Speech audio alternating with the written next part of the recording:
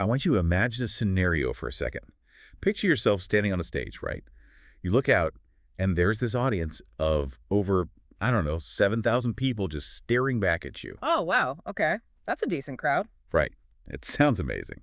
You deliver your absolute best pitch, you finish speaking, the lights go down, and then total silence. Yikes. Yeah. Out of those 7,000 people, maybe 20 of them even bother to give you a polite nod before they all just turn around to walk out the door. It's a completely brutal image. And yet, in the digital landscape, this exact phenomenon is happening every single second. Every second. Yeah, it's the literal definition of the silent view. You capture the eyeball, sure, but you completely fail to capture the actual human being behind them. Exactly. So welcome to this deep dive. Our mission today is to really diagnose this highly specific but incredibly common digital marketing anomaly. It is so common. It really is. And we've got an extensive stack of TikTok analytics and marketing strategies in front of us today for a local gig and chore app called ServeSprint. We are going to unpack the psychological and, I guess, algorithmic mechanisms behind why getting thousands of views often completely fails to translate into actual engagement or, profile visits, and more importantly, how to engineer a fix for it. Because the numbers we're looking at in this SurfSprint case study, they present this classic data paradox. Yeah, they really do. Like waking up to 7.2K views on a single video feels like a massive victory to a local business owner. Oh, for sure. You'd think you went viral. Right. The initial assumption is that the algorithm loves you, that it's favored the content, but the reality buried in the analytics paints a very, very different picture of the user journey here. Yeah, because out of those 7,200 views, the video generated 20 likes. Just 20. Which is wild. It is. Running that math, it gives us an engagement rate of roughly 0.3%.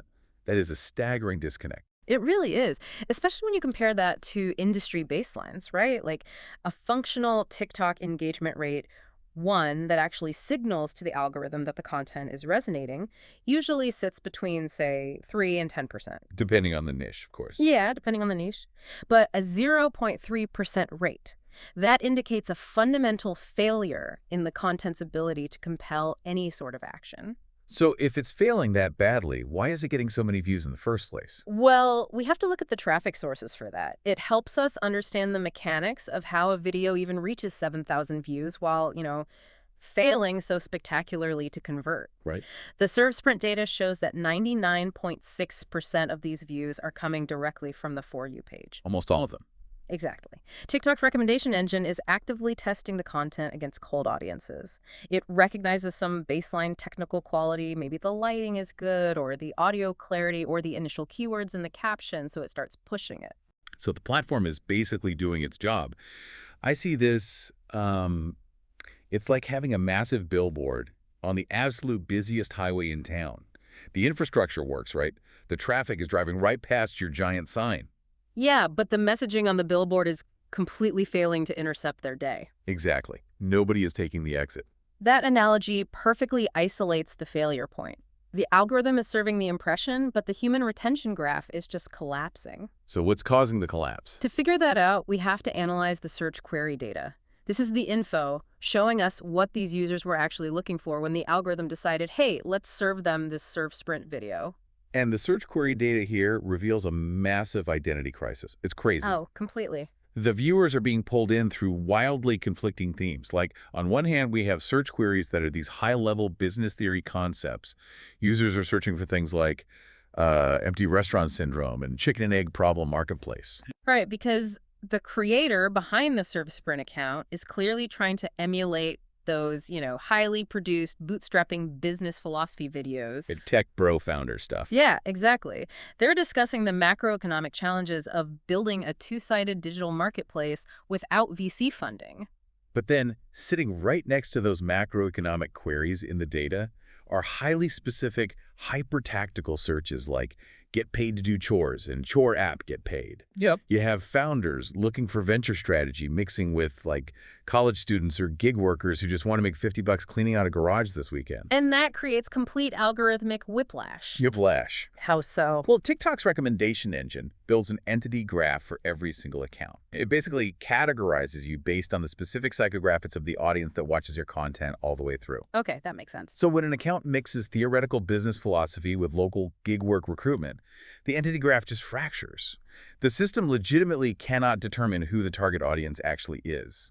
Because if the algorithm serves a video about, say, two-sided marketplace liquidity to a user whose history shows they just want quick side hustles, They're going to swipe away instantly. right, within the first half second, and that instant swipe registers as a huge negative signal, destroying the video's average watch time metric. Exactly. So the solution dictated by the data here is strict thematic discipline.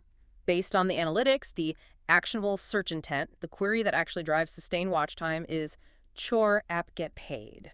The gig workers. Yes. That represents a viewer with a specific problem looking for a specific solution.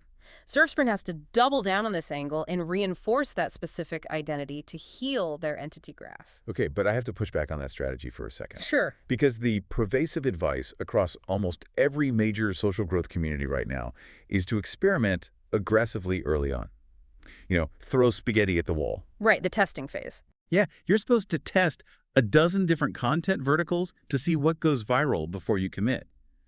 If SurfSprint pigeonholes themselves strictly into getting paid for chores, won't the creator burn out in a matter of weeks?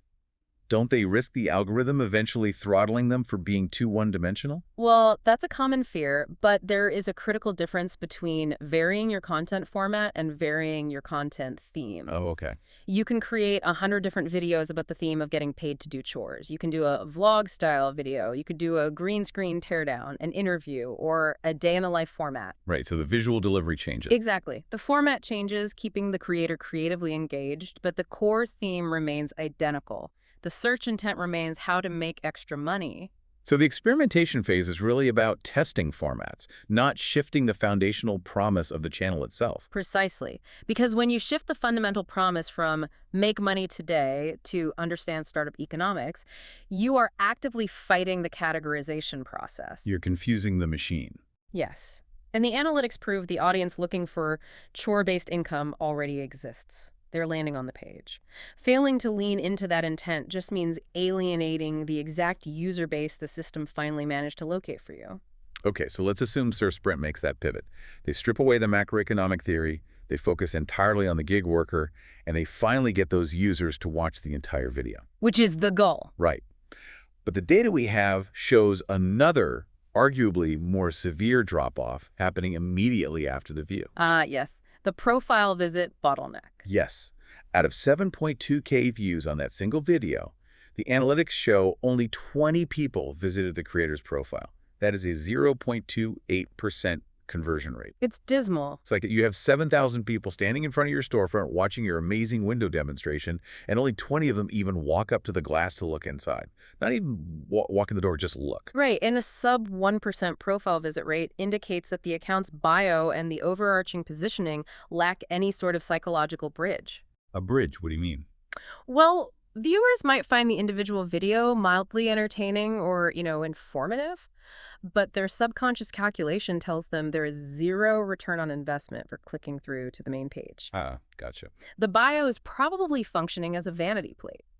Maybe listing a generic job title like CEO or a motivational quote instead of a targeted value proposition. So if the winning search query is get paid to do chores, the bio essentially needs to answer the user's immediate selfish question, which is, what is in it for me? Exactly. It cannot just say SurfSprint founder. Right. It needs to explicitly state the solution. Something like, download to find high-paying local chores in your neighborhood today. Spot on. But the optimization doesn't stop at the bio text itself. You have to actively build that bridge from the video content directly to that optimized bio. Okay, how do we do that practically? The most effective way is to weaponize the search query data we analyzed earlier. Remember, the algorithm is already indexing the video for the phrase, want to get paid to do chores. So we take that exact phrase and make it the literal spoken hook of the video. Yes. So the very first words the viewer hears are the exact words they just typed into the search bar, or at least the exact concept the algorithm knows they engage with. By using that proven query verbatim in the first 2 seconds, you lock into the viewer's pattern recognition. You validate their intent instantly. Oh, that makes total sense. Yeah, when a user hears their own internal monologue reflected back in them, their dwell time increases. And furthermore, because you've hooked them with their specific intent, when you inevitably direct them to your profile later, the promise waiting for them in the bio feels irresistible. It's a closed psychological loop. Exactly. Okay, so we've aligned the content theme and we've built a bio that validates their intent. But there's still a glaring zero in these analytics that tells me the user journey is still incomplete here. Oh, the shares. Yes, out of over 7,000 views, there are 0 shares. Not a single person sent this video to a friend. Yeah, that zero share metric highlights a reliance on implicit assumptions. Meaning what, exactly? Meaning, creators frequently assume that if a piece of content is simply good enough, the audience will naturally intuit the next steps. They just assume the viewer will instinctively like the video, copy the link, text it to a friend, and then navigate to the profile on their own. Right, it's like we're inviting the user into a restaurant, seating them at a table, pouring them a nice glass of water, and then walking away entirely. Yep. We never hand them a menu. We just expect them to magically know what the kitchen serves and literally yell their order across the room. It's absurd when you put it like that. But without explicit instructions, the default human behavior on social media is to do absolutely nothing. So how do we force the action? The content must utilize explicit calls to action, or CTAs. And the source material we have outlines a very specific framework for deploying these within gig economy content. You don't just throw in a generic, please like and share. Says everyone ignores that. Exactly. You have to attach an emotional driver or an identity to the mechanical action. Okay, so if SurfSprint needs to drive likes just to artificially boost the algorithm's perception of the video's resonance, the CTA needs to validate the viewer's frustration or ambition in some way. Yes. So a prompt like, double tap if your boss has never paid you what you're actually worth, that transforms the like button from just a digital metric into an emotional release valve for the user. Precisely. And driving shares requires a really similar psychological mechanism. You do not just ask them to share the video, you assign them a specific task that brings a specific person to their mind. Oh, like, send this to the friend who was always complaining about being broke this month. Exactly. Or tag someone who needs extra cash for the weekend. You are offloading the mental friction of deciding who to share it with. And to fix that abysmal 0.28% profile visit rate, the CTA just needs to be a direct command linking back to the optimized bio we just discussed, right? Like, check my profile to see the highest paying chores available today. Yes. But the critical rule from the source strategies is to employ only one CTA per video. Just one. If you ask a viewer to like, comment, share, and click the link in the bio, all in the exact same breath, you induce decision fatigue. Just get overwhelmed. Yeah, they will simply swipe to the next video to escape the cognitive load. You have to pick the single metric you need to prioritize for that specific upload and optimize exclusively for it. That is fascinating. Now, beyond restructuring the narrative and the calls to action, the source material also details a few mechanical, algorithmic hacks we can deploy to immediately shock the system and gather better data. Oh yes, the quick wins. Right. The first one involves pinning a provocative comment on your own video immediately after posting it. Yeah, and pinning a comment is not just about starting a conversation. It actually exploits the UI design of the TikTok application itself. Wait, really? How? Well, when a user opens the comment section to read your pinned question or to, type out their own response, the video actually continues looping in the background. Oh, wow. That is brilliant. It is. So a user might spend 45 seconds reading through some intense argument in the comments, or typing a super long story about their worst minimum wage gig.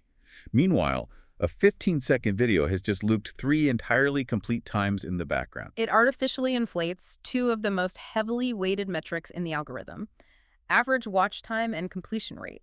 Oh, that's sneaky. By pinning a question that invites long-form commiseration, something like, what is the absolute worst local job you ever took for minimum wage? You create this text-based engagement trap that just feeds the video's retention graph. That is incredibly smart. Okay, the second mechanical strategy in the data is almost uncomfortably simple. The recommendation is to post the exact same piece of high-quality content at 3 different times over 3 consecutive days. I know it sounds counterintuitive, like you're spamming, but it is a necessary diagnostic tool. Okay. The algorithm delivers content to different behavioral cohorts at different times. Like a user who scrolls TikTok at 8 a.m. before their shift engages with totally different content than a user mindlessly scrolling at 11 p.m. Right. By posting identical content at 8 a.m. on Tuesday, 2 p.m. on Wednesday, and then 9 p.m. on Thursday, you neutralize the variable of the content itself. Oh, I see. You are purely testing the audience heat map. Exactly. So once you find the specific time pocket where the engagement spikes, say the 9 p.m. slot generates triple the watch time of the morning slot, you can calibrate your entire long-term posting schedule around that specific behavioral window. You just stop guessing when your users are online and let the data dictate the deployment. It really requires an incredibly analytical approach to what is often viewed as a purely creative medium. You have to isolate the variables from the search query intent all the way down to the background dwell time generated by a comment. Wow. We have completely deconstructed the life cycle of a silent view today. We started with the illusion of 7,000 passive impressions and traced the failure back to a fractured entity graph. We saw exactly how mixing business theory with gig work recruitment just destroyed the retention curve. We did. And then we rebuilt that psychological bridge by answering what is in it for me in the bio, and we linked the video to that bio by using verbatim search queries to validate the viewer's intent right in the first 2 seconds. And finally, we engineered a system to force engagement using those emotionally driven calls to action and UI hacks, like the looping comments section, to artificially inflate the metrics the algorithm craves. It transforms a creator from a passive victim of the For You page algorithm into an active architect of their own distribution. It really is a profound shift from just making content you hope people like to engineering content the system is literally forced to distribute. Which brings us to a fascinating tension and something you should absolutely consider the next time you step onto a digital stage. We have spent this entire deep dive analyzing how to perfectly appease the recommendation engine. We have to pick one hyper-specific lane, strip away our complex interest, and just hammer the exact same search intent over and over to maintain our entity graph. If the algorithm rewards that kind of narrow, hyper-specific consistency so ruthlessly, are we actually using the algorithm to find our ideal audience? Or is the algorithm slowly training us to become entirely one-dimensional creators? It is a question worth keeping in mind as you optimize, because you might have 7,000 people staring right at you. But you have to make sure you are saying exactly what they and the machine came to hear, or you're just going to get silence.